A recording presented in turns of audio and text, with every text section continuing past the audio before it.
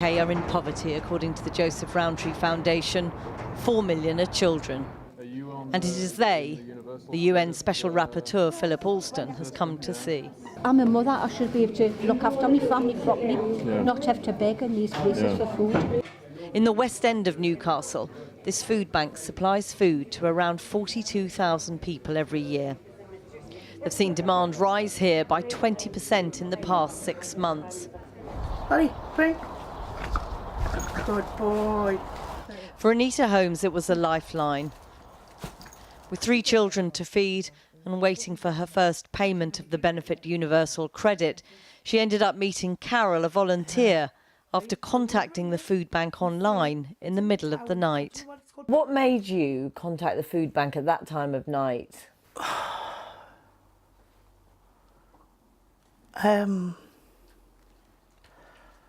I'd sat and thought about it for about a week or something, and you've got pride, you know what I mean? You don't want to have to ask for help.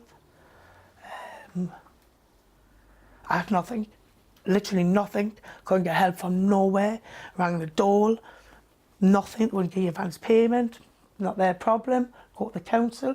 Kind of the council have got now. There's just no help. No, if you lose your job and you go on Universal Credit, you're knackered. They just don't help you. Anita and her children have to use the food bank once a month. Tell them about Riley when he came to food bank and he got that pasta. Oh, he was so excited, wasn't he? Yeah. So he's 7? Yeah, just little things, isn't it? And then it's Carol, who's only come to support Anita, who begins to cry. If you saw him, he's the most gorgeous little boy, and it was just his little face. You'd think it was Christmas morning and he had 3 pasta dishes in front of him. And that's what he was delighted with?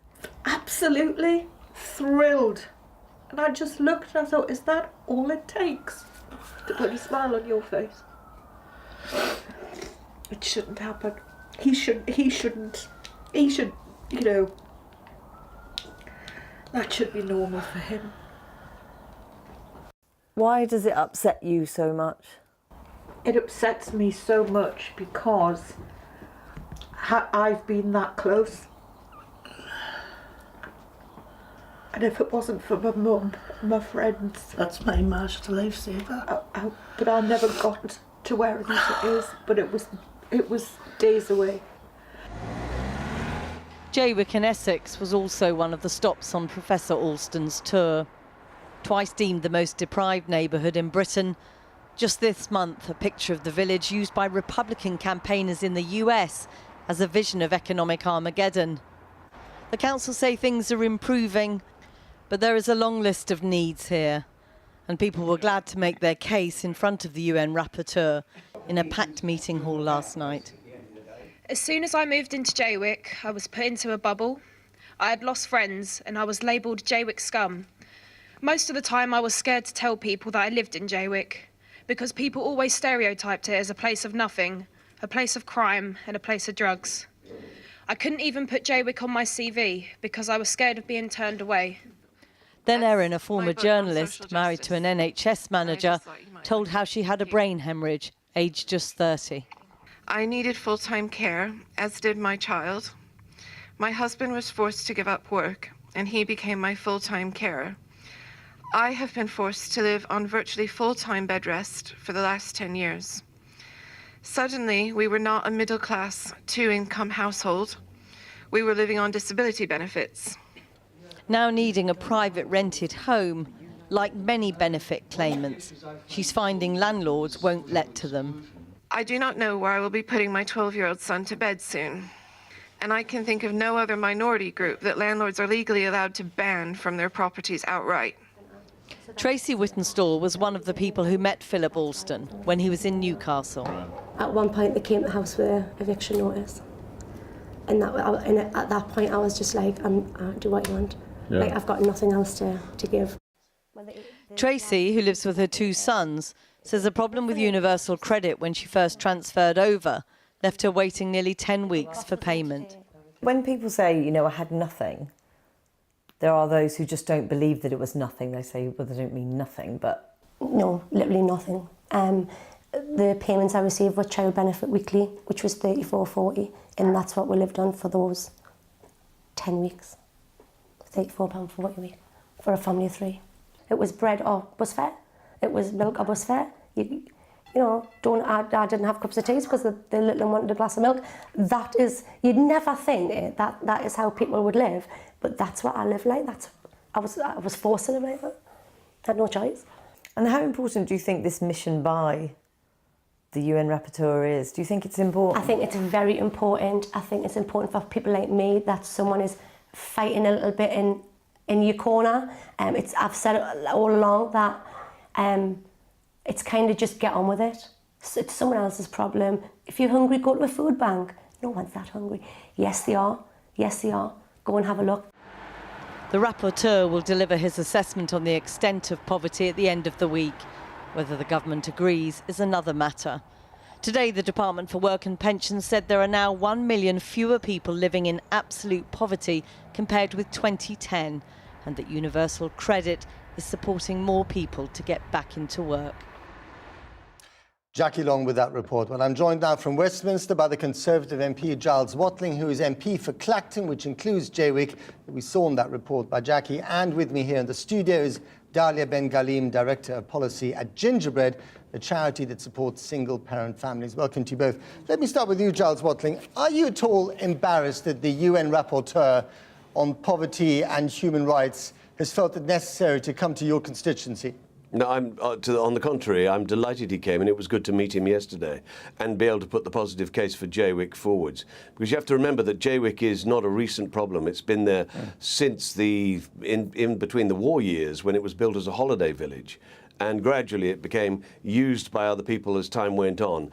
And it's been one, I admit, absolutely, it's been a thorn in our side for a long time, and there are problems there that need addressing. Is there a positive case for Jaywick? There's a very positive case for Jaywick, and as doubtless Professor Alston would have found, it has a very strong sense of community. The people there are amazing. It has the most beautiful beaches probably anywhere in the district, and it's on the up. The council's bought property and is building 10 more houses. It's bought 60 hectares of land, and there have been applications to build 4-storey flats which are flood-proof. And yet, 14 million people living in poverty in this country, a third of them children. We're still the 6th largest economy. We have so many big social issues to deal with, and yet we seem to be paralysed by Brexit and therefore unable to deal with them. Well, I don't think it's being paralysed by Brexit so much. I think there are issues. We've been through a period of great trauma when we had the big financial turndown in 2008, and we're pulling ourselves out of that. There is light at the end of the tunnel. But the whole point is we have to create the wealth, and if we can create the wealth, we can help these people. Right. And listening to that report, it is quite distressing, but we must reach out and help the people. We must create the safety net. But we're also creating some of our own problems, or rather the government, as universal credit, as we heard in that report, as we keep hearing, is actually contributing to poverty in this country.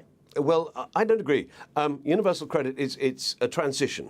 And we went down to the job centre recently. DWP workers there are delighted with the way it works in Clacton, and they find it easier to administrate. And they say, on the whole, they have happy clients. But here's the issue.